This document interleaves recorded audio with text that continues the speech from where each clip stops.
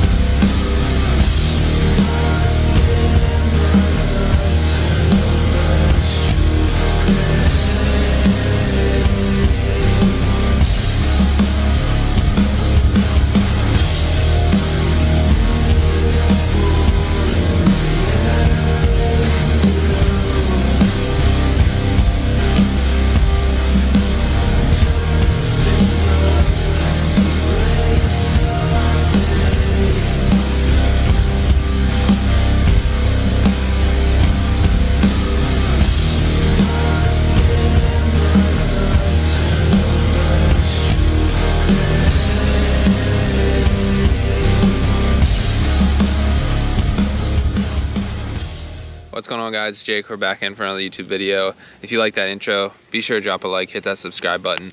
We're gonna go straight into a race recap from the Rock Hall Olympic distance race I did on Saturday, June 1st. That was a little montage you guys saw right in the beginning. So to jump right into it, I had a decent lead in. Took like a kind of mini taper there for that week because my A race is Eagleman on June 9th. So that's a 70.3. So it's kind of just like a train through kind of rust buster, build confidence type of race.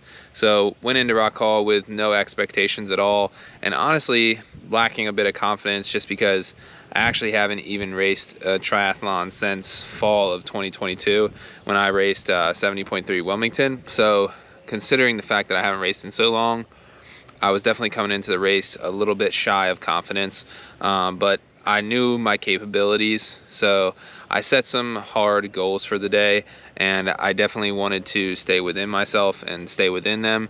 So the biggest thing was to go ahead, get through the swim, feel it out. Haven't been doing a whole lot of pool swimming, but I did do a couple open water swims in the lead-in, about 3 or 4, nothing too intense.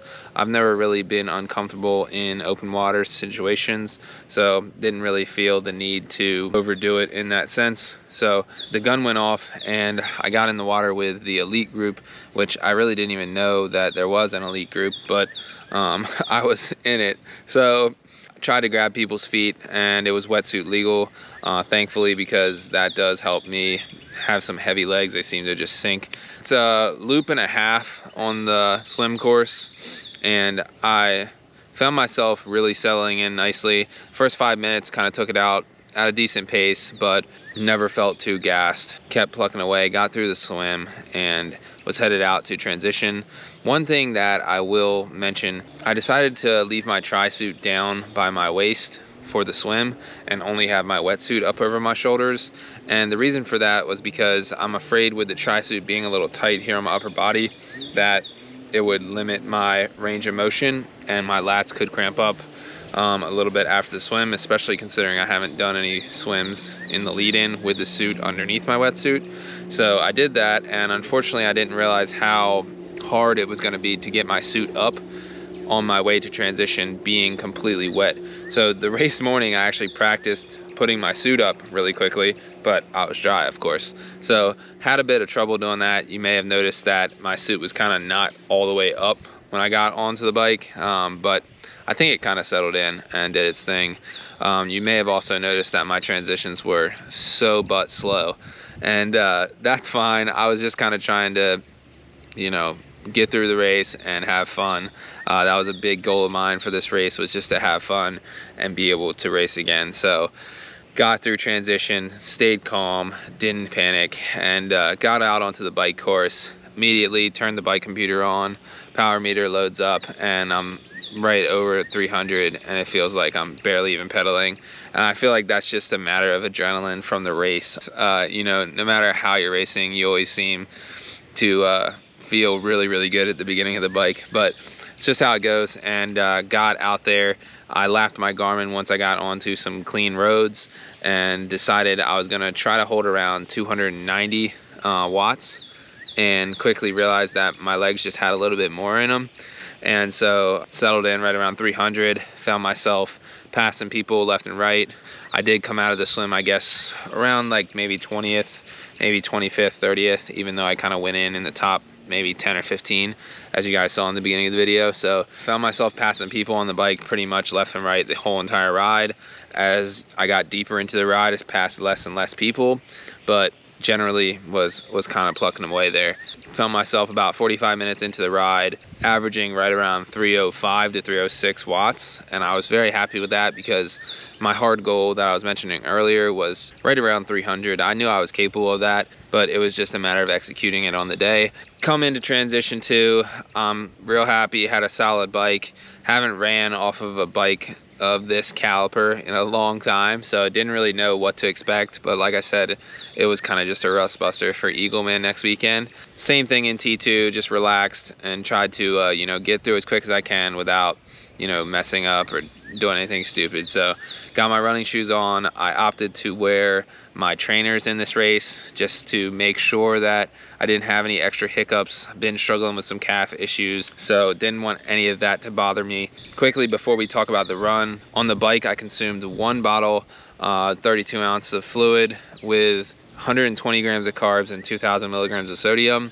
So that really kind of preloaded me for the run. So I got out onto the run, and the first, I'd say 800 was pretty rough, and I was like, gosh, I don't even feel like I could really run at all right now, let alone like run fast.